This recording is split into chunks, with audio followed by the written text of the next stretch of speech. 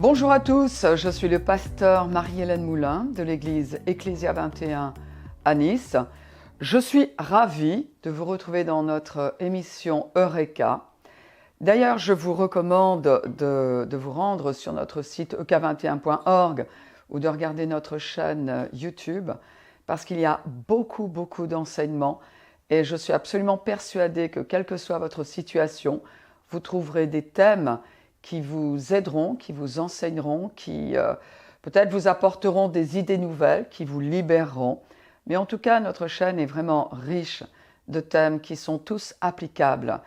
Quand nous enseignons la parole de Dieu, nous voulons vraiment que vous puissiez vous saisir des promesses de Dieu, que vous connaissiez le Seigneur, afin que là où vous soyez, eh bien, vous sachiez que le Seigneur est votre aide et qu'il a un futur qui est riche pour vous. Voilà. En tout cas, aujourd'hui, nous allons aborder ce sujet-là. Qu'est-ce qui pourrait nous séparer de l'amour de Christ? Vous savez, en tant que pasteur, j'ai rencontré beaucoup de cas différents. J'ai rencontré des chrétiens qui se demandent si Dieu les aime encore. J'ai rencontré des personnes qui ne croient pas en Dieu, mais qui ont quelque part dans leur cœur, dans leur esprit, cette pensée-là. Est-ce que vraiment j'ai trop mal fait? Parfois disent-ils. Au point que si Dieu existe, il ne s'intéresse pas à moi. Ou si Dieu existe, eh bien, peut-être que j'ai fait quelque chose qui ferait qu'il se tient éloigné de moi. Et on a tous besoin d'être rassurés. Et en tout cas, ce que l'on trouve dans la parole de Dieu est ce qui va nous aider à aller de l'avant. Que nous ayons ces questions en tête ou alors que nous soyons dans l'attente d'un exaucement de prière et que l'on puisse, peut-être que quelqu'un a douté et aujourd'hui est en train de se dire mais peut-être que Dieu ne m'aime plus, peut-être que Christ est celui qui ne veut plus de moi. La parole de Dieu a des réponses et moi j'aimerais les partager avec vous. Alors nous allons nous plonger plus exactement dans le livre aux Romains au chapitre 8 et nous allons commencer par le verset 1 qui dit « Il n'y a donc maintenant aucune condamnation pour ceux qui sont en Jésus-Christ. » Et si nous sommes un chrétien né de nouveau, alors nous sommes vraiment dans ce verset, nous sommes concernés par ce verset-là. Il n'y a donc maintenant aucune condamnation pour ceux qui sont en Jésus-Christ, c'est-à-dire pour ceux qui sont unis à Jésus-Christ. Et l'apôtre Paul, eh bien, il va faire comme je souhaite le faire maintenant, et je vais m'appuyer sur ses écrits. Il va rassurer ceux qui sont en Jésus-Christ et ceux qui commencent à se demander se pourrait-il que j'ai commis un péché qui peut-être rebute tellement le Seigneur que jamais je ne pourrais avoir expérimenté un amour éternel avec lui, ou peut-être qu'il voudrait se séparer de moi. Alors, Romains chapitre 8, verset 39, et l'apôtre Paul dit « Ni la puissance, ni la hauteur, ni la profondeur, ni aucune créature ne pourra nous séparer de l'amour de Dieu manifesté en Jésus-Christ, notre Seigneur. » Et grosso modo, ce qu'il dit, c'est tu es sauvé par Dieu, tu es gardé par Dieu. Il dit il n'y a aucune puissance, et il pense aux puissances angéliques, il parle de la hauteur, il pense aux puissances démoniaques, il parle de la profondeur, il dit même ni aucune autre créature, et là il pense à ce qu'il pourrait y avoir sur terre ou même en dehors. Et il dit rien ne pourra nous séparer, où que nous nous trouvions, qui que ce soit qui existe dans notre univers ou même en dehors, la Bible dit rien ne pourra nous séparer de l'amour de Dieu qui a été manifesté en Jésus-Christ. Verset 31 dit « Que dirons-nous donc à l'égard de ces choses? Si Dieu est pour nous, qui sera contre nous ?» Verset 32 « Lui qui n'a point épargné son propre Fils, mais qui l'a livré pour nous tous, comment ne nous donnera-t-il pas aussi toutes choses avec lui ?» En clair, l'apôtre Paul est en train de dire, eh bien, Dieu ne se séparera jamais de celui qu'il a uni en Jésus-Christ. Alors on pourra dire, mais cette union, elle tient à quoi? Elle tient au fait que l'on accepte la réconciliation que Dieu a offert à l'humanité entière à travers son Fils quand il était sur la croix. Et cette œuvre-là a été complétée par la résurrection de Jésus-Christ. Voyez-vous, depuis que Jésus-Christ est ressuscité d'entre les morts, il l'a fait à travers son sacrifice et à travers sa résurrection.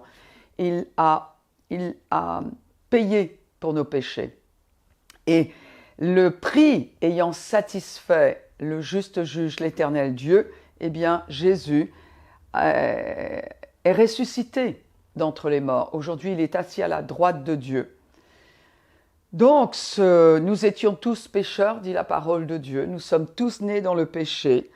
Et à tous, cette réconciliation est offerte à chaque fois que nous entendons l'Évangile ou que nous regardons la création parfaite de Dieu. Nous sommes amenés à nous interroger, mais qui est ce Dieu? Et Dieu a la responsabilité de se révéler à celui qui le cherche. À partir de ce moment-là, eh bien, il va s'arranger pour que l'œuvre de la réconciliation nous soit annoncée. Et celui qui reçoit cette œuvre de la réconciliation, qui passe par le pardon de nos péchés, eh bien, la Bible dit que Dieu va nous unir à son Fils. C'est-à-dire qu'il va nous donner de recevoir la vie de son Fils qui s'appelle la vie éternelle. Il y a donc dans le cœur de l'être humain un changement de nature qui est la nature du Christ ressuscité. Et là, ici l'apôtre Paul, il dit, mais lui qui n'a point épargné son Fils, qui l'a livré pour nous tous, comment ne nous donnera-t-il pas aussi toutes choses avec lui? Verset 33, qui accusera les élus de Dieu? C'est Dieu qui justifie.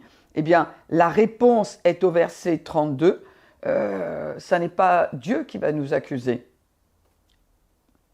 Qui est celui qui pourrait nous condamner au point de nous faire croire que, alors que nous sommes un enfant de Dieu, Christ, ou Dieu le Père trouverait une raison de se séparer de nous. Il nous est dit qui nous condamne? En tout cas, ce n'est pas Dieu. Il n'est pas celui qui nous accuse de nos péchés. Apocalypse chapitre 12, verset 10, Apocalypse veut simplement dire la révélation. Eh bien, il nous est dit que l'accusateur de nos frères, celui qui nous accuse devant Dieu jour et nuit, est Satan, l'ennemi de Dieu, qui, par là, est l'ennemi des hommes. Et Dieu est celui qui nous dit clairement, moi, je vais pas me séparer d'avec toi. Je t'ai donné mon Fils, mon unique, de manière à ce que tu sois réconcilié avec moi. Il a payé le prix, non pas pour ses péchés, mais pour les tiens. Tu imagines bien que maintenant que tu as reçu cette œuvre de réconciliation, ça n'est pas moi qui vais chercher à me séparer de toi. En revanche, il est dit que Satan est celui qui nous accuse dans le but de nous donner ce sentiment de séparation, ce sentiment de culpabilité, d'infériorité. Mais il est celui qui ment. Il a essayé avec Job, Job lui a résisté. Il a essayé avec Pierre, Pierre lui a résisté. Il a essayé avec Paul, Paul lui a résisté. Avec Josué, Josué lui a résisté. Donc, au verset 34, il nous est dit, mais qui les condamnera? Christ est mort pour nous, bien plus il est ressuscité pour nous. Il est à la droite de Dieu, donc pour nous, et il intercède également pour nous. Donc Christ est celui qui a payé le prix pour nous. Le salut est éternel, et ce n'est pas Christ qui est celui qui a payé pour nous, alors que maintenant nous avons été réconciliés avec Dieu, nous sommes unis avec lui, ce n'est pas lui qui va choisir de se séparer de nous. Le diable, lui, il nous tente, si on tombe dans le péché, si on cède au péché, eh bien, on va se trouver coupable, et il est celui qui va finir par nous donner une troisième possibilité. Dieu ne t'accuse pas, Jésus ne t'accuse pas, jamais aucun des deux ne se séparera de toi à cause de tes péchés, le prix a été payé. Le diable veut nous faire croire que si. Alors, dans ces cas-là, quelle serait l'autre possibilité? Je vous propose de revenir sur le sujet plus tard, parce que c'est un sujet qui est très important. Trop de chrétiens sont pris dans le doute, dans la culpabilité, alors que les Écritures sont claires. Je vous donne rendez-vous à très bientôt. Que Dieu vous bénisse.